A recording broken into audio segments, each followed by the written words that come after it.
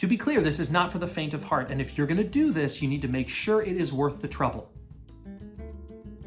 Hello and welcome to Stories with Sweeney. I'm John Sweeney. On today's show, how to determine if running for public office is right for you. In this video, I'll take you through a simple 3-step process that'll help you make that determination. I will also give you some advice on what to do when a naked person greets you at the door while you are campaigning, because that actually happened to me. Stick around to the end of the video for that charming story. First, remember to hit that like button, tap the notification, and of course, subscribe to the channel. And now, on with the show. So a little background about me. I have spent my entire career, about 15 years, working in and around government at all levels. I covered local and state politics as a journalist. I worked for a congressman. I worked at a state university. I worked in economic development and much, much more. I even served on my county election commission at one point, so I have seen this whole thing from every angle. Politics and government has been an interest of mine ever since I followed the 2000 presidential election when I was a kid. So it surprised no one when in 2020 I ran for my local city council. And fun fact, I lost. Then immediately ran for city council again in a special election in 2021, and that time I lost again. I did not say this was a video about how to win an election. Just be clear about that. But even though I was unsuccessful in both of my bids, I learned a lot, and I'm really glad I did it. Running for office is something more people should consider doing, even if you're not successful at it. Only 2% of Americans have ever sought public office. And in my opinion, more people should do it. So if you're considering seeking public office, you should ask yourself these 3 questions first. Why? Who will help me? And can I handle rejection and criticism? Let's walk through these right now and you'll get a better understanding of whether or not running for office is right for you. Let's get started. Oh boy, this is gonna be good, I can tell. First, why do you want to run? In the 15 years that I have been around politics and government, I can tell you there are endless reasons why someone would seek public office. There might be a specific issue that they care about. They may feel a call to serve their community. They might be attracted to power. Or even because they like the idea of being recognized in their community as a semi-celebrity. In my opinion, some reasons running for office are better than others, but you're gonna have to pin that down exactly for yourself. And there are 2 reasons you should do this. First off, you've gotta be the judge of whether or not it's a good enough reason for you to get involved. I'll give you 5 good reasons. 1, 2, 3, 4, 5.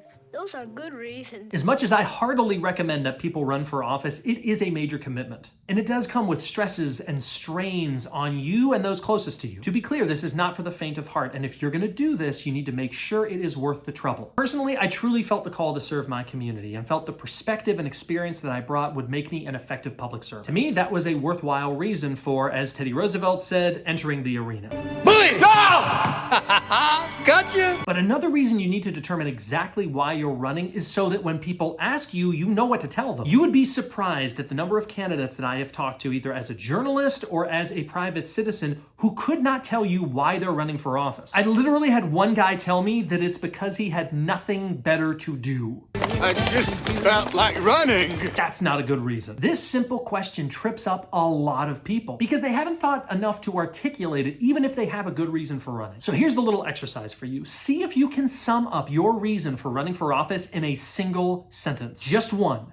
That's it. Write it down and give it to someone whose opinion you trust. Ask them to read it and tell you what they think. This won't make the decision for you, but it'll at least give you some feedback on whether you're articulating this clearly or not. Another question you have to ask yourself is, who will help me? Even though only your name is appearing on the ballot, running for office is definitely a team sport. We've got a better chance of survival if we work together. From coordinating volunteers, raising money, getting vendors to print campaign literature, and ultimately convincing people to cast their ballot for you, this is not a solo venture. You need help.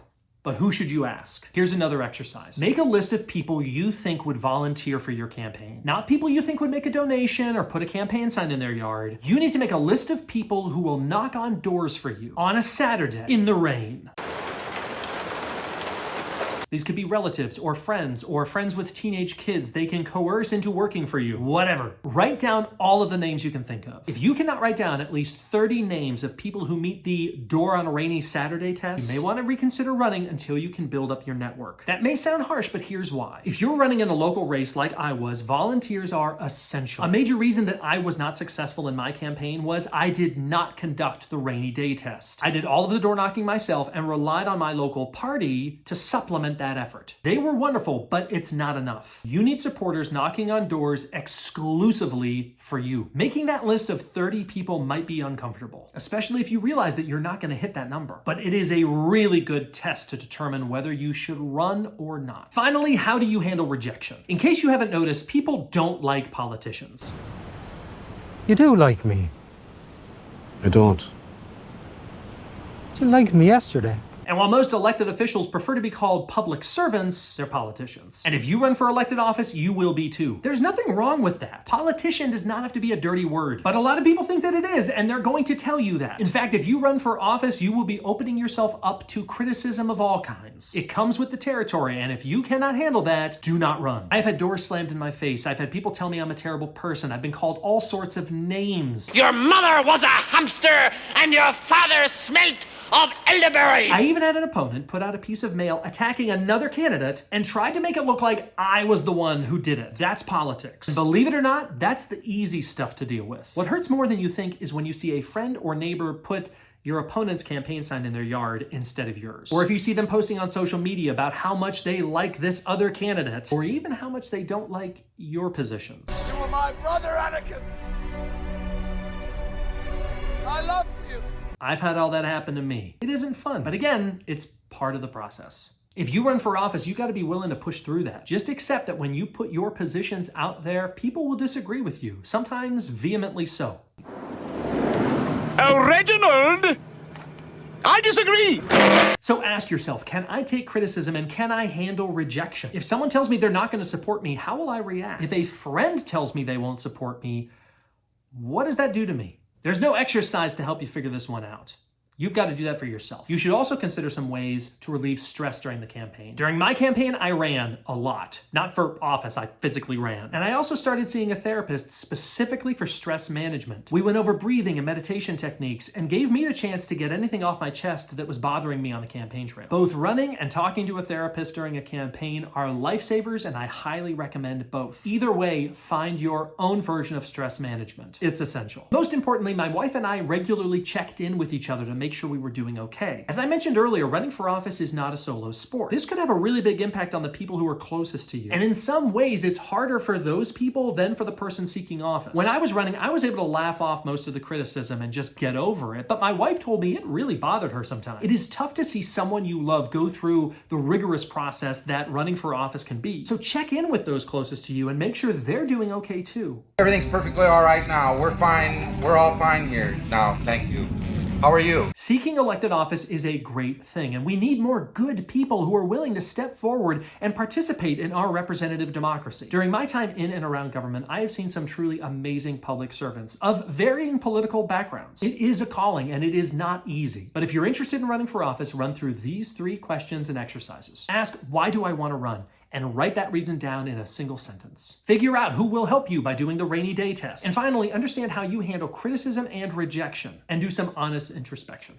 Okay, now, stories from the campaign trail. How do you deal with naked people answering the door? Maybe the most important thing we'll talk about, who knows. Here's what happened to me in that situation. So during the course of my campaign, I had about 4 or 5 people in various states of undress answer the door. Rule of thumb, if you don't have all your clothes on, just don't answer the door. It'll save everybody some heartache. But anyway, I knock on the door, I hear someone in the distance yell, I'm on my way, I'm on my way. And then I heard their footsteps thundering down the hallway. The door flings open and I'm greeted by a guy with nothing on. Now, to be clear, he wasn't just standing there in all his glory, thank God. He opened the door and immediately turned around, walking away to try and get a robe that was on a chair or something behind him. But I still saw a lot. Anyway, he grabs the robe, casually puts it on, and then just turns around and sees me standing there. He wasn't shocked, maybe slightly startled, but he calmly tied the robe and said, "Oh, hello," which was probably the most unsettling thing he could have done. So I told him who I was, handed him my campaign literature, did a rushed version of my usual elevator pitch. I do remember he just kept saying, right on,